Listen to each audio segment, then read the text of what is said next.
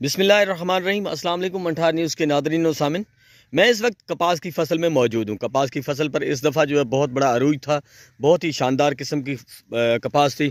लेकिन इस वक्त जो है कपास की फसल पर जो है सफ़ेद मक्खी का शदीद हमला है। ये आप देख सकते हैं, ये सुबह का वक्त है और कपास जो है तकरीबन काली हो चुकी है सफ़ेद मक्खी की वजह से। आप ये पत्तों पर देखेंगे सफ़ेद मक्खी जो है बेशुमार जो है सफ़ेद मक्खी बैठी हुई है, ऐसे जैसे कि घरों में मक्खियाँ हों। इससे भी ज़्यादा सफ़ेद मक्खी का जो है कपास पर हमला है। और ये देखें आप, पत्ता जो है, मैं आपको पत्ता दिखा रहा हूँ, इस पत्ते पे सारी सफ़ेद मक्खी है। ये देखें, ये सब सफ़ेद मक्खी है। ज़िम्मेदार हजरात जो है स्प्रे कर करके थक गए, लेकिन सफ़ेद मक्खी का कोई हल नहीं है। तो ज़रई माहिरीन इस हवाले से कुछ जो है ज़िम्मेदारों को आगाही दें।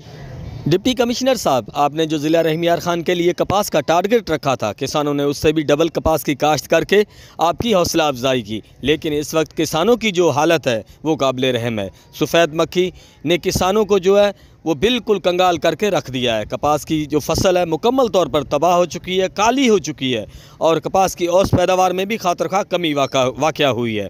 डिप्टी कमिश्नर साहब, किसानों को ये 2 नंबर माफियाज जो 2 नंबर स्प्रे देकर दोनों हाथों से लौट रहे हैं, इनके खिलाफ कोई मौसर कार्रवाई करें ताकि किसानों को जो है कुछ रिलीफ मिल सके।